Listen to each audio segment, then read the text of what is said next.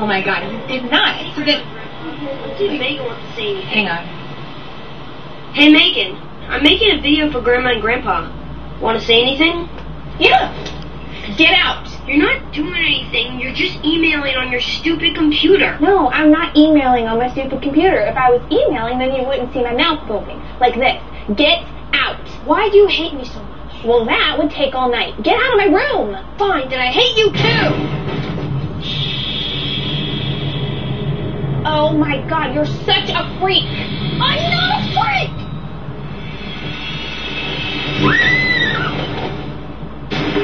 There are creatures science refuses to recognize. There's something down there. But if our eyes see it, if our cameras capture it, does it exist? Them the monsters. Lost tapes. Do you believe? Poltergeist. In May 2005, the Golden family moved into the house of their dreams in the sleepy suburban town of Lakeview, Colorado. But those dreams were soon shadowed by unexplainable occurrences that seemed to surround their son, Troy.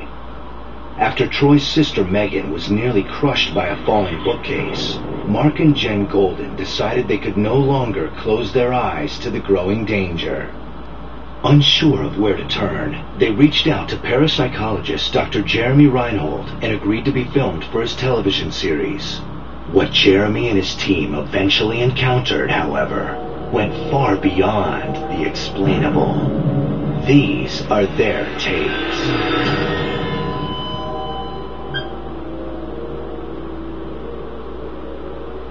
Lakeview, Colorado.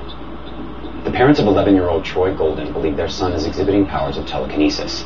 Harmless enough, until he allegedly tipped a bookcase onto his sister without actually touching it. My team and I have come here to determine whether these powers are real, and if so, how Troy can learn to control them. I'm Dr. Jeremy Reinhold, and we investigate the paranormal. Why don't you start out by telling us when the activity surrounding Troy started? I'd say it's, when we moved into the house, pretty much about 4 years ago. And then there was the incident with Megan. Yes, and that was pretty huge. Yeah. So that's why we called you. You know, I just don't want my kids to be in danger. Of course. But Troy is a really good boy.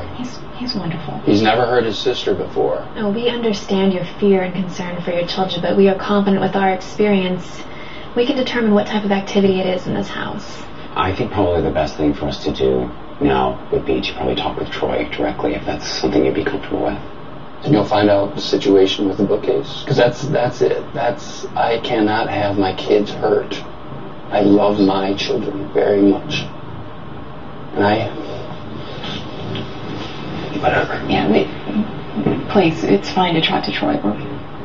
Whatever we can do to help. Great. The term poltergeist is German for noisy spirit. Poltergeists are more often felt, heard, and smelled rather than seen. Some of them are mischievous. They like to play jokes and pranks. Others are downright malicious. They can cause physical pain, nightmares, severe psychological upset, and that can escalate over time to increasingly violent acts. Hey Troy, check this out. It's a thermal image camera. It'll record your body temperature. Pretty cool, right? Okay, Troy, I want to see if you can do something for me, okay? I just want you to look at this pen and try and move it without touching it. I told you I can't do that. I'm not a freak. No one said you were a freak. I mean, look at me, I've got wheels for legs. I'm not a freak. And even if you could do it, Troy, we wouldn't think that about you, okay? Everything's still reading normal? Okay, so let's just try it one more time. Just look at the pen. I told you I can't do that! Well, thermal image is way hot and I just got a spike of EMF.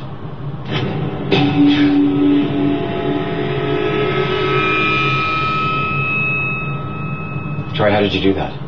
I don't know. When I get mad, weird stuff just happens.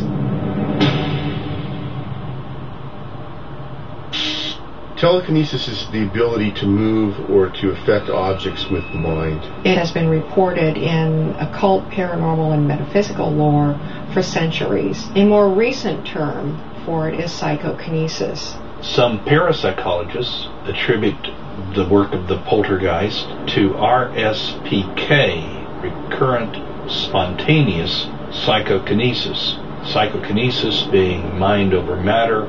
Teenagers, adolescents, have extra psychic energy is kind of bottled up inside.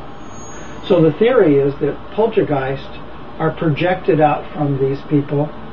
There seemed to be a lot of correlation between the experience of poltergeist-like phenomenon and highly emotional states in human beings, especially emotions like anger. When Troy became agitated, we saw a clear example of true telekinetic abilities. The Goldens have given us permission to set up surveillance cameras in Troy's room. That way we can observe him overnight.